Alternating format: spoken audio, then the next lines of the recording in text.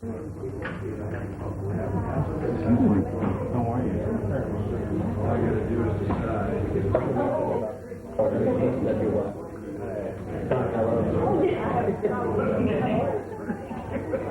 You're okay. Yeah, that's wonderful. Thank you. Good.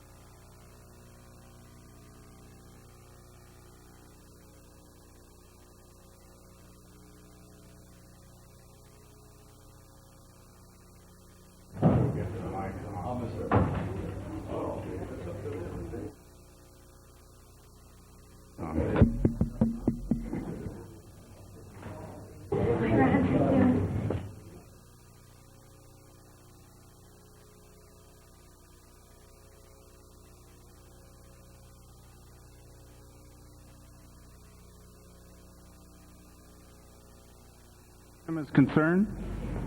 I can hear you.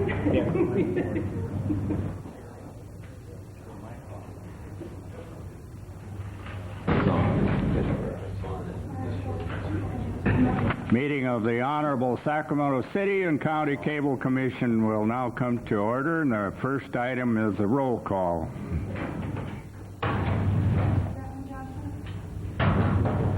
Toby Johnson. Colin. Here. Strang. Here. Cerna. Castanis. Here. Panay. Here. Fletcher. Here. Grow. Here. And Toby Natale, absent. We have a quorum. There is a quorum present, so that the meeting is now in session. This meeting of Sacramento Metro Cable Television Commission is being videotaped in its entirety and will be cablecast without interruption on Metro Cable 14, the Government Affairs channel on the Sacramento Cable System.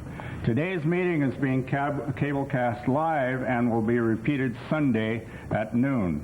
Members of the audience wishing to address the Commission should fill out a speaker identification form located at the back table and give it to the Secretary. Please come right up front to this point and hand it to her.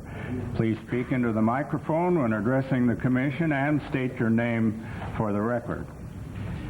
In just a few moments, we're going to have a special executive session, but prior to that, we're granting the privilege of Ann Reardon to speak at this time. Ann has to be in another location very shortly, and as a courtesy to her, we are presenting her at this moment. It is for information under item number 3, community access programming. Ann, it is all yours. Thank you very much, Chairman Fletcher, and good afternoon, committee members. Thank you for letting me go first. I have a very brief status report I wanted to give you, and I'm here today as chair of the task force, or what do we call it, the committee, program committee, or the committee to discuss programming standards for Access Sacramento. At the November 5th meeting of your committee, your body, there were questions raised about the current programming practices of Access Sacramento. These questions challenged fundamental interpretations that have served as the basis for Access Sacramento's programming policies for the past 6 years. In response, the Board of Directors of Access Sacramento passed a resolution to form an independent programming task force to advise them, and that's the task force I chair. I've accepted their invitation, and we have on that task force several attorneys, and we'll be adding several other individuals to it who are expert in communications issues. It's our intention to include also representatives of the clergy and general public. Some have indicated a wish to serve, and we're going to be naming them in our next meeting.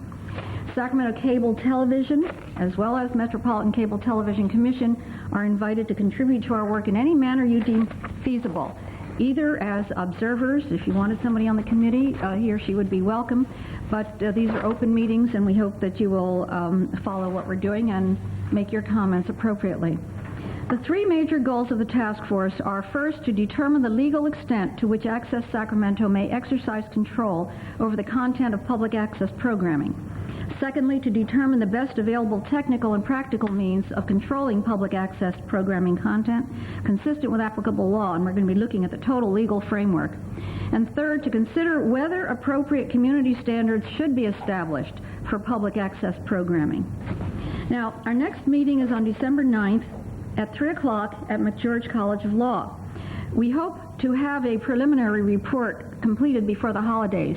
And I think you wanted a report by your December meeting, which is today, which of course we were not able to get together yet. There's still a lot of research we want to do. And that's why I wanted to tell you where we were. But if we find it advisable, and our recommendation might be to establish community standards for program content and language, a second phase of work should commence in January. I'm asking that you give us until your January meeting to come back to you with recommendations so that we can be thorough in this and work for another month with people in as accelerated a schedule as we can. But at that time, if we do decide to recommend community standards be established, I would expect a series of public forums providing input from the Sacramento community. Because I think this is something that the public would have to be involved in. Now, if the task force so recommends that, it is my understanding that the Board of Directors of Access Sacramento will modify their programming policies to reflect those community standards to the fullest extent permitted under current applicable law. Now, the issues facing the task force, which I chair, and the decisions to be made by the Access Sacramento Board are of great importance to our community. And we're taking this seriously, but we want to move very carefully and deliberately if we're to succeed in drafting guidelines that are capable of surviving the legal challenges that we know will come, one way or another. So that's where we are now, and I'd be happy to answer any questions. Any questions from the Commission? I just have a question concerning the timing. And when do you suppose this work will be concluded? Do you have any idea? We are working toward reporting back to you in January. Is that too optimistic? No. All right. Because in the letter that staff has in the report today, asking for a report by November 25th, so that we could have that on the agenda today, and naturally we're not going to do that. So I'd like to suggest to the Commission, Orville, that we possibly maybe ask for a February report date from Access Sacramento on this policy. And that might be, would that be appropriate time in terms of your committee getting their work completed by then? We think so. We think so, yes. There's one matter of protocol that we must clear here. Your reporting will be to Access Board of Directors. That's correct. It will not be a Cable Commission meeting for that purpose. Yeah. Then Access would be, whatever they wish to say to us would be said through the Board of Directors. That's the protocol that we're involved with. Thank you for clarifying that. You're absolutely right, Chairman Fletcher, and that's why you need a few weeks in there for us to get our recommendations together to go to the Access Board. Remember, we are independent of the Access Board, even though there are members of that board serving on this committee. Other members are not associated with Access Sacramento in any way. I'm not, and we are independent. So we'll have to make recommendations to that board, and then they make recommendations to you. The thing is that when you get into public sessions, it is going to take more time than a small committee could move forward with, and they would do it much more rapidly. So we'll look forward to a report from the Board of Directors. Maybe it'll be you in person, but it could be January, it could be February. You're involved in a task that's going to take time, and we are curious, of course, to hear what it is. Is that satisfactory, Commission members? That's satisfactory. We're listeners at this point, and thank you, Ann, for coming today.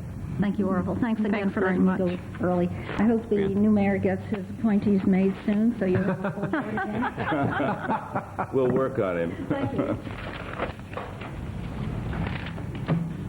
With that now behind us, the Commission shall now recess to closed session to confer with and receive advice from its legal counsel regarding imminent and standing violations, litigation pursuant to Government Code Section 54956.9 A and on through a few others. The matter under Subdivision A is County of Sacramento versus Protective National Insurance et al. Under Subdivision D, the session is based on recent assertions to the Commission regarding legal rights and responsibilities of certain community programming providers. So we'll declare a recess and we'll adjourn to the room on our left over here.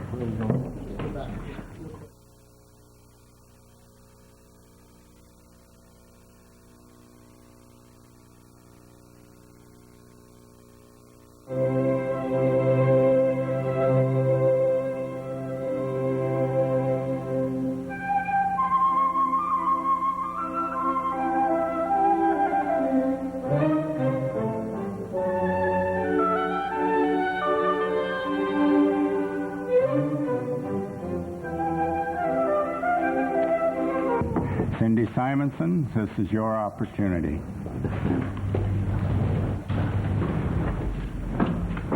Good afternoon, Mr. Chairman and members.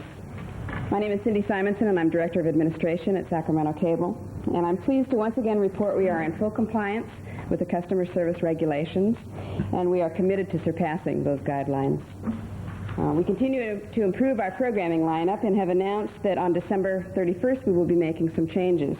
A newsletter was mailed to all subscribers this last week detailing those changes, and you've each got a copy of that newsletter. We've decided to drop WWOR from our channel lineup, and we'll be adding the Sci-Fi channel. We feel that through these changes we'll give the majority of our customers the best value possible. We don't expect a great deal of disappointment in deleting WWOR, as more than half of that programming is available on other local channels or cable channels. Over the years, we've continued to add brand new channels to bring the best entertainment value possible. Today, we have more channels and more programming than we've ever had in the history of our cable system. Included in our newsletter is a general rate and programming disclosure information, which has now been mailed 5 times this past year to all of our subscribers. All told, we have produced over 1.5 million of these detailed billing and rate information pieces, which are provided to our existing customers as well as to every customer when we install their cable. We'll not end the communication process there. Every month we will be sending a newsletter to our customers which will include a channel lineup and information on our programs and services. As you can see, we've radically changed the way that we communicate with our customers, and will continue to cater to their needs in the future. Do you have any questions? Questions? He always says that. All right. In closing, I'd like to make one last comment. We have certainly enjoyed working with Supervisor Strang. We'll miss Thank your you. It's been my participation pleasure. and your input, and we wish you the best in the future. Thank you, Cindy. Thank you. I have a question. Cindy, I have a question concerning the $150 charge if the loss of a converter. Have you had to implement that charge, that fee? That is implemented, yes. We charge that. Do you do it very often? Not very often. Is it because it's broken, stolen? Under what conditions do you implement that? Rarely because it's broken and stolen. It's implemented when a customer simply just doesn't return the equipment. We give them every opportunity. We notify them numerous times. We give them various spots where they can drop off the equipment. We set appointments where we will pick up the equipment, and it's generally a customer that just chooses not to return our equipment. At that point, it's charged to their account. Is it a replacement charge? Is that how much they cost? Yes, it is. There's no added fee to that because of... No, it isn't. That's just the replacement value. Thank you. We should note, Commissioner, that although we approve this form as to form, This doesn't preclude any person charged these amounts from contesting their validity in a judicial forum. We're not agreeing necessarily with the cable company that $150 or any particular number is the right number. Merely, it's a matter of information that that's what they intend to assert. What ultimately is owed is up to the usual channels of dispute resolution. I'm glad you added that. Thank you. Thank you, Cindy. I'd like to add, just for the information, that 2 years ago when we started customer service regulations discussions and disclosure, this is the document that I envisioned at the time. For the company, it's a marketing piece on one side, and it's your general rate and programming disclosure on the other. This was the picture. This was the model. We've got there now. We have a report by way of a letter from Cable America Corporation. I'd like to read it. It is from Richard Houghton, who is Vice President of Cable America. It's addressed to our Executive Director. It is their status report. It's dated December 1st. Please accept my apologies to you and members of the Commission as I am unable to attend the Cable Commission meeting due to prior commitments scheduled for December 3. I respectfully submit the following status update to the SMCTC for review. Number 1, Cable America has completed the base mapping needed for the requested service area. 2, our engineering group is presently researching utility pole ownership and evaluating the aerial make-ready requirements in the service area. 3, Cable America has pole attachment agreements with SMUD and Pacific Bell, and we're in the process of finalizing our agreement with Citizens Utilities. And number 4, our first phase of construction should begin in the next 60 to 90 days. I look forward to attending the next Cable Commission meeting. Please contact me at your convenience if you have any questions. Richard Houghton. That completes item number 2. Item number 3, Community Access Programming, response to Commission request for information. We're calling upon Michael Hayward, who represents Access Sacramento in the position of Chair of the Board of Directors. Mike, it is yours. Thank you, Mr. Chairman. Michael Hayward, Access Sacramento. Sacramento Cable Television and Access Sacramento may not have seen eye to eye on everything before you today, but there is one thing we agree on strongly, and that is what a delight it's been to work with Commissioner Strang. Thank you. Now, you have before you Rich Spasto's letter to me, which is dated November the 12th, asking for various information on access policies, and my reply dated November the 25th. There are 3 major areas of response. Let me first take the easiest one, our Board of Directors. We've provided you with a complete list of board members over the past 4 years. By any objective measure, our current board, like every other board before it, represents a wide cross-section of the Sacramento community. The present board members have conscientiously tried to respond to your concerns by adopting interim measures which our attorney has advised are not entirely free of potential legal risk. And I'd like to make a public tribute to the board members who have agreed to undertake that risk. And I wonder how many people in this chamber would, as volunteers, accept a risk like that because they believe in the principle of public access. The second area of response deals with the interim measures that we've agreed to in our effort to meet your wishes. Because our programs are scheduled up to 6 weeks in advance, it's rather complicated to make all the necessary detailed time and channel changes, and then to train staff to implement these changes intelligently. I'm informed that it'll take about 10 days more to complete these adjustments. In the meantime, if something slips through the cracks during these 10 days, I would beg you to bear with us in this. In a moment, I'll ask Ron Cooper, our executive director, to give you in some detail the nature of the changes. Finally, I'd like to say a word about our task force. I'm grateful that you have given Mayor Rudin the opportunity to give you a status report. But the thing that troubles me is that your council has called this task force ill-advised, and that bewilders me. It seemed to me in my long career that when there are differences of views, it's not ill-advised to propose that the principal parties sit down and discuss their differences and try to seek a solution. Is it ill-advised for us to call in for advice authority in the field of constitutional law and other prominent citizens who have no axe to grind? Is it ill-advised to invite Mayor Rudin, who has the respect and the admiration of the entire community, to chair this as an impartial chairman? We hope that this inquiry on the task force will go through and come up with very positive solutions that will help us in the long term when the current emotion gets behind us, and we will find a decision that will stand up to future challenges. In that connection, then, let me first turn to our attorney, Craig Powell, who will tell you a little bit about the thinking behind it. Thank you very much. The task force and the interim proposals, I want to give a little bit of overview about it.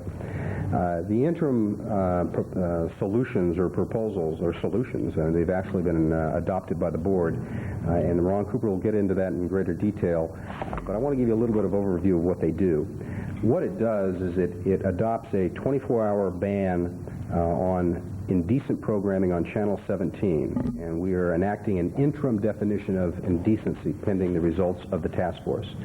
On Channel 18, any adult-oriented programming, including anything that could be conceivably indecent, would be pushed off until after 11 p.m. at night on the radio channels and on the television channels. That is an interim solution. In the board resolution adopted by the Access Board at its meeting on November 19th, it took the position that Access Sacramento will adopt a 24-hour ban on indecent programming on all channels, on all frequencies, at all times, to the fullest extent that they're permitted to do so by law.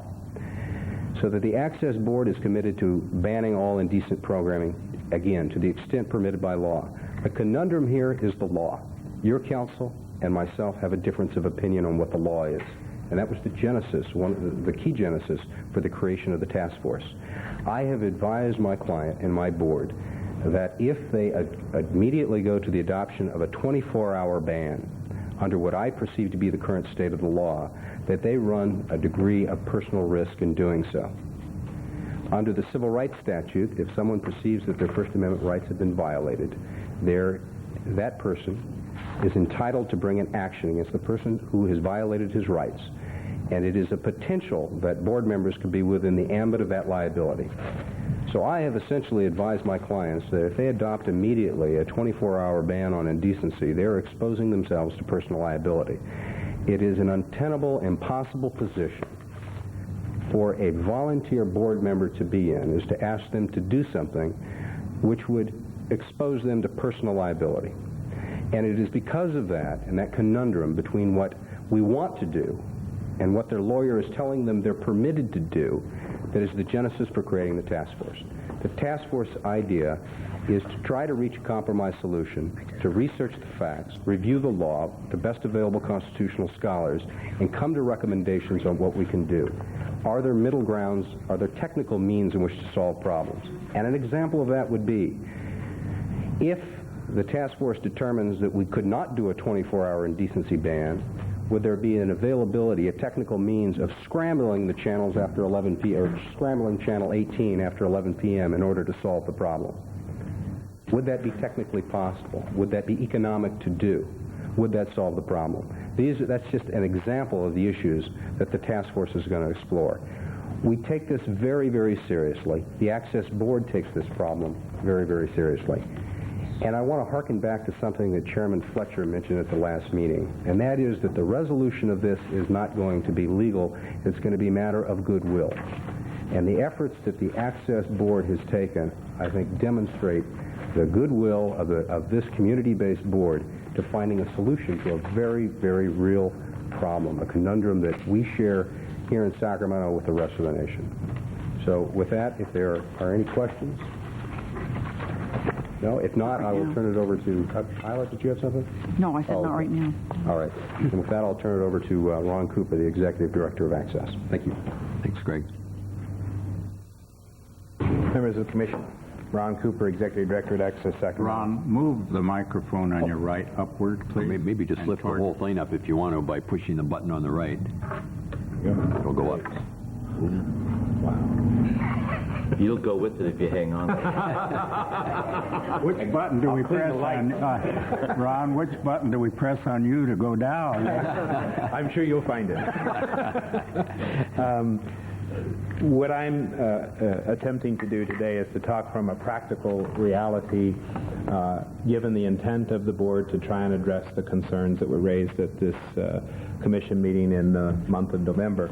And I'm referring to the document that was submitted to you, and you should have that document again. Michael referred to it November 25th, and which also includes extensive exhibits pointing out the variety of Access Board involvement and numerous other items that are referred to in the 12-page document itself. In particular, I am addressing the way in which the staff is going to try and address these issues of indecency on the channels and on the radio frequencies. I've had an opportunity to, as I state in here, meet with the radio producers and representatives of the video producers. We've had frank discussions about how difficult this is. There's a lot of hurt feelings, as you can imagine, on the part of volunteers who have nothing to do with anything to be considered indecent at all, and that they feel that their programming efforts doing extremely good work here in the community are in danger, and they're concerned and about that. The interim plans, and again I want to stress interim because this is going to be pending the results of the task force that will help us in terms of trying to address long-term policies, are summarized on page 5 of that document. Establishment of interim adjustments to programming policies.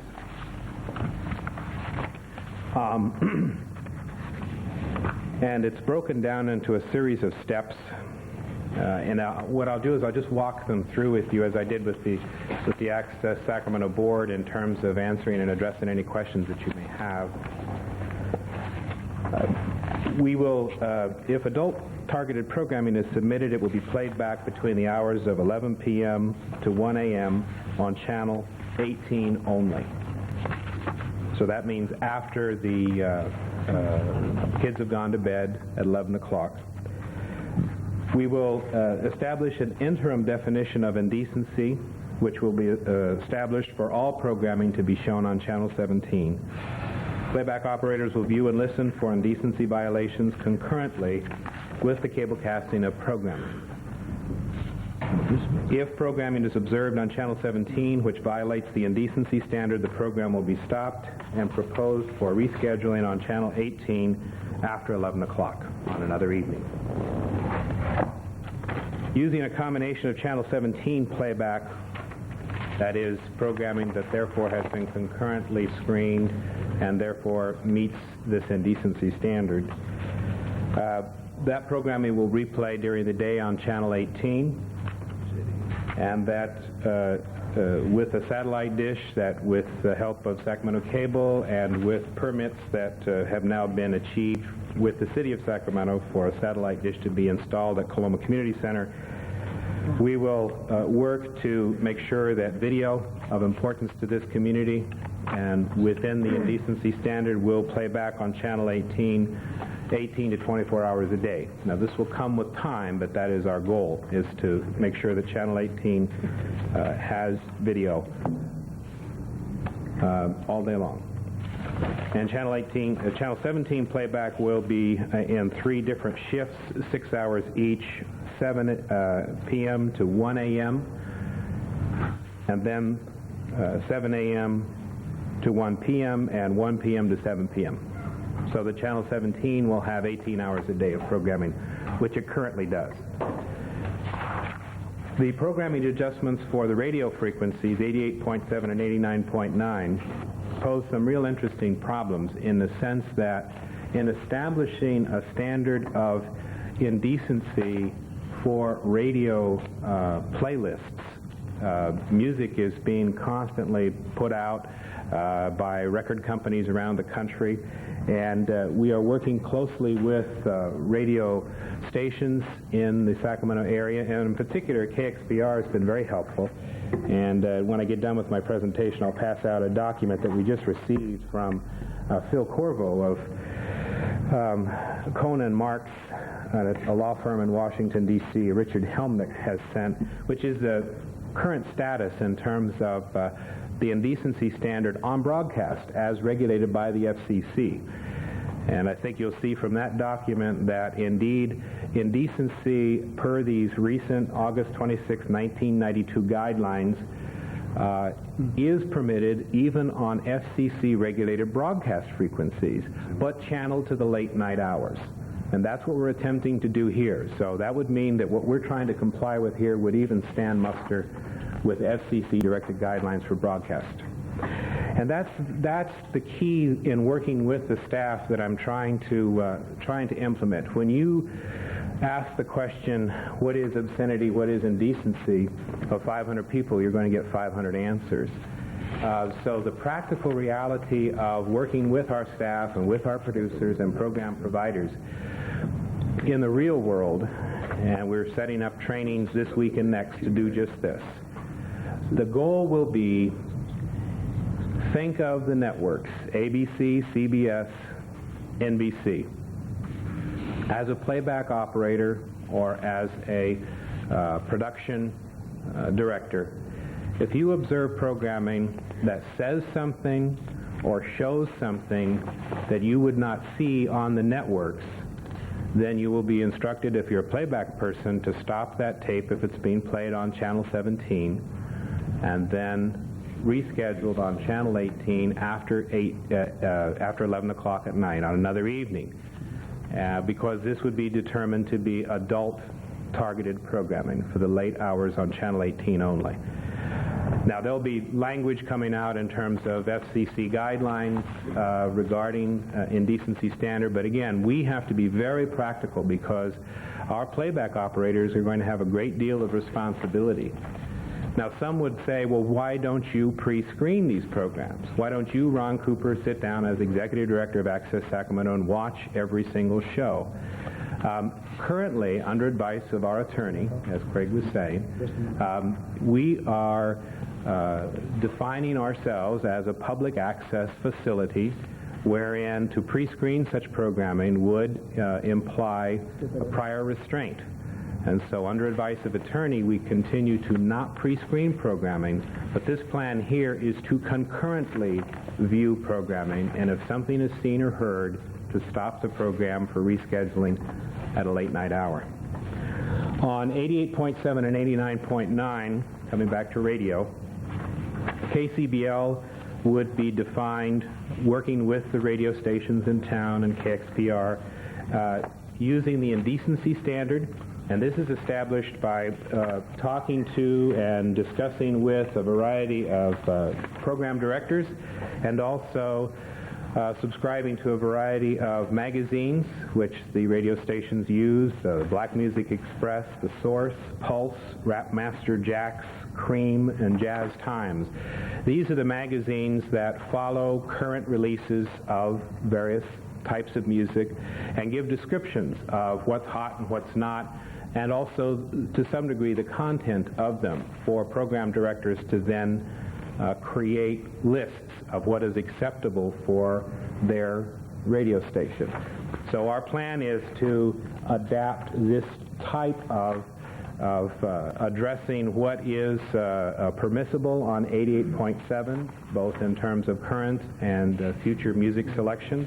But as you can see, again, this is a very difficult area in the sense of volunteer producers going down to Tower Records or whatever their favorite record store is and purchasing CDs or records of their choice and wanting to play them on the 88.7 or 89.9.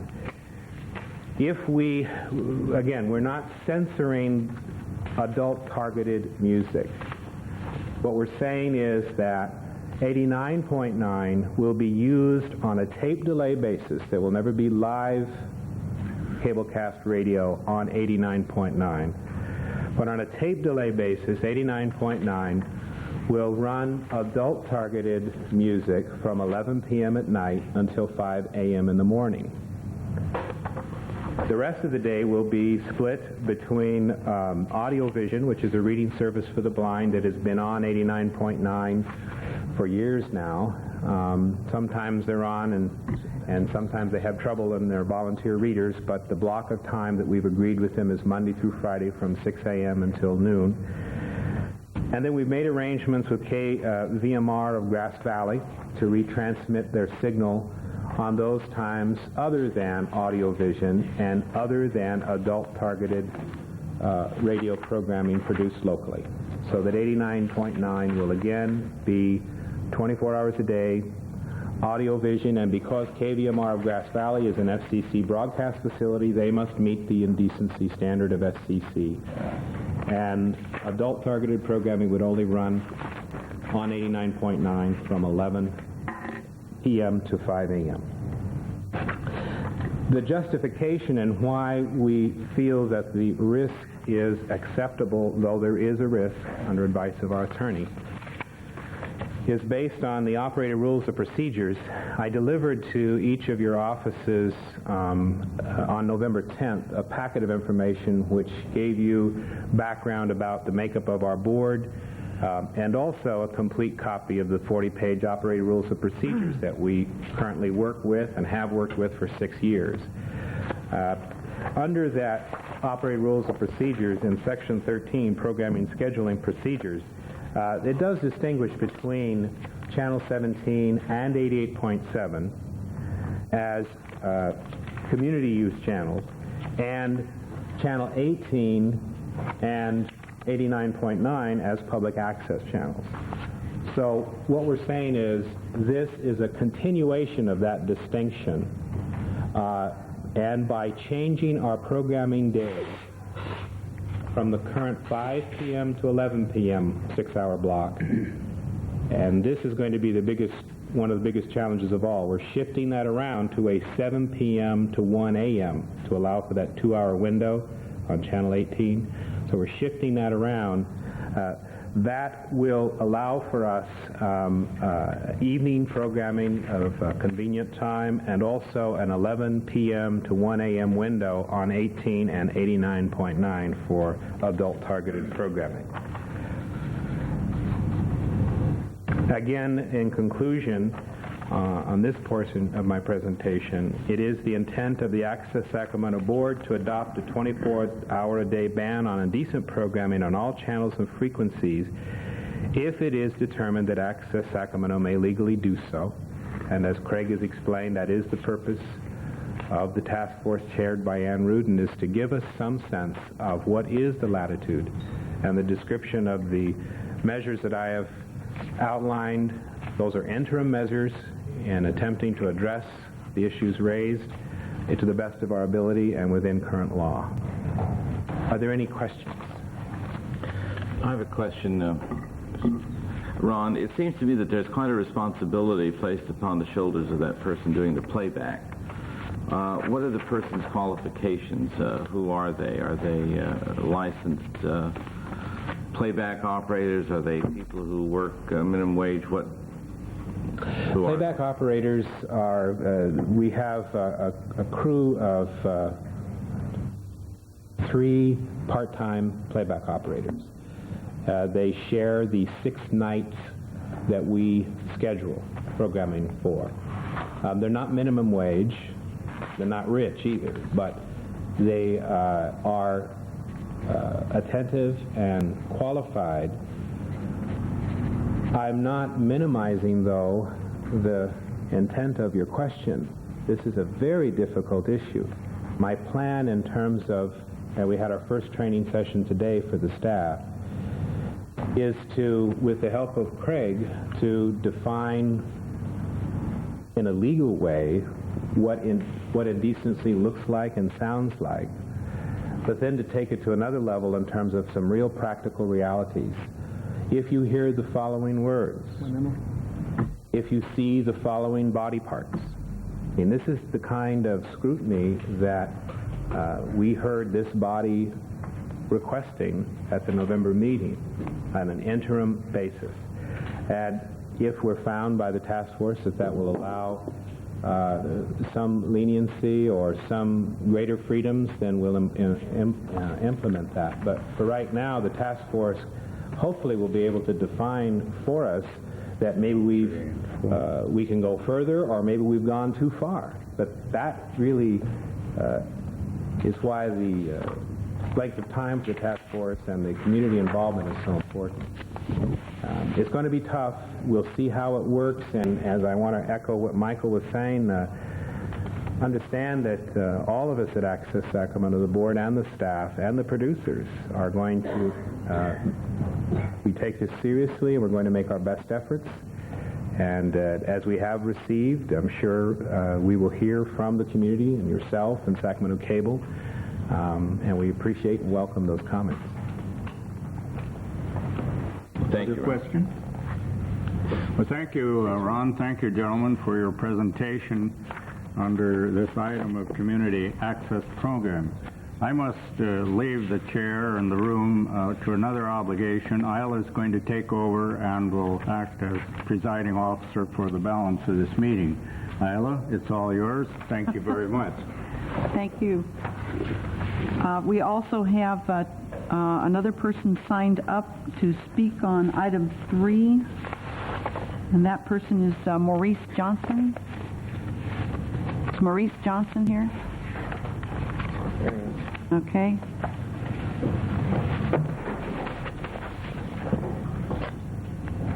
Thank you, distinguished members of the board. My name is Maurice Johnson, and I'm a new member to the Sacramento community. I come from San Diego, California, and I used to be a access producer for a couple of years. Gotten a lot older and have drawn away from it. But now that I am older and I am now living in the Sacramento area, I'm interested in getting involved in access television. But I don't want to just concentrate on me right now. I think that access and cable in general is growing all over the United States. And all through the meeting, we have heard issues dealing with censorship. And obviously censorship is going to be an issue that's going to continue to be voiced in this community and all throughout America, probably leading into the next century.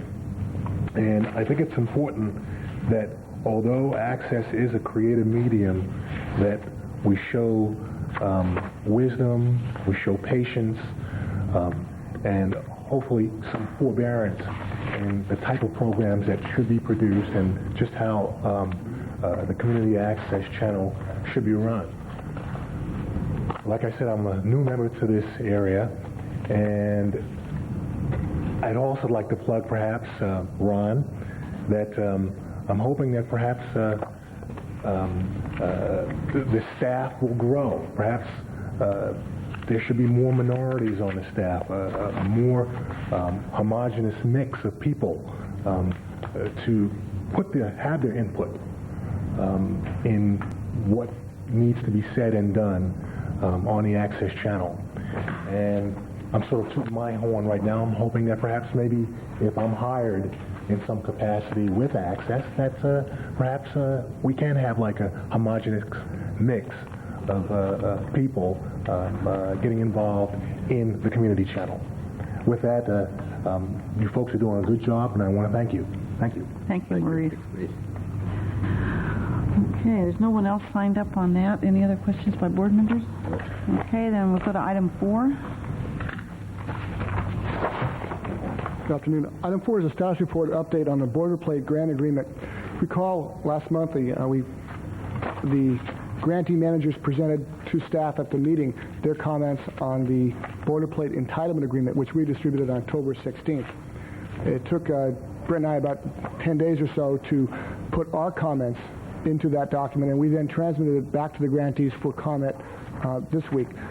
3 of the grantees have approached me today and just immediately before the meeting, saying that they have not had an opportunity to complete their review. They see no major problems, as I understand it now, but we would request that we continue this item to a meeting at a future date when their comments are back in.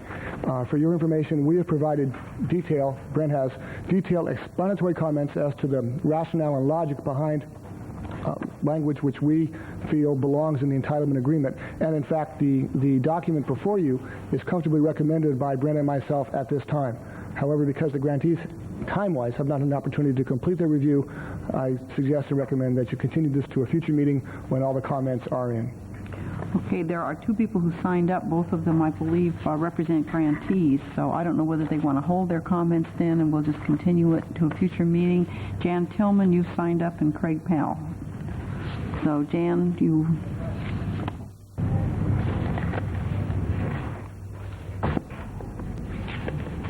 Good afternoon. Hi. I'm really using this as an excuse to also express my appreciation, or KBIE's appreciation, to Jim String for the wonderful service he's provided to our community. We're going to miss you. And to officially answer the item that's on the agenda. Yes, we would like to have it deferred until the next meeting, but I also did want to comment that we're very pleased with the process being used and the progress that we've made to date. We expect at KBIE to be able to expedite this very quickly, and we'll be ready for the next meeting. Okay. Thank you. Craig, do you have nothing? Okay. I move this item be continued, Chair Collins. Okay, we're going to continue it then to our next meeting, which is January, correct? Okay, and which date? January 7th. January 7th. Okay, that's... Did we need more time than that, or is that... It's plenty. No. Really, we're just awaiting their responses. We have all of our comments and everything in the document. We think we'll be ready by the January date. Okay. Is there any dissent from that? Hearing no dissent, let's just say it passes unanimously. And then we'll go on then to item 5, which is the public opportunity to discuss matters not on this agenda but within the jurisdiction of this commission. Is there anyone wishing to be heard under that item? Seeing no one, then that is the end of our business for today. And do we need a motion to adjourn? Motion to adjourn, and happy holidays. Adjourn. Yeah. Moved and seconded, and hearing no dissent, we are adjourned with... everyone, happy holidays. You? Is it one of your listeners?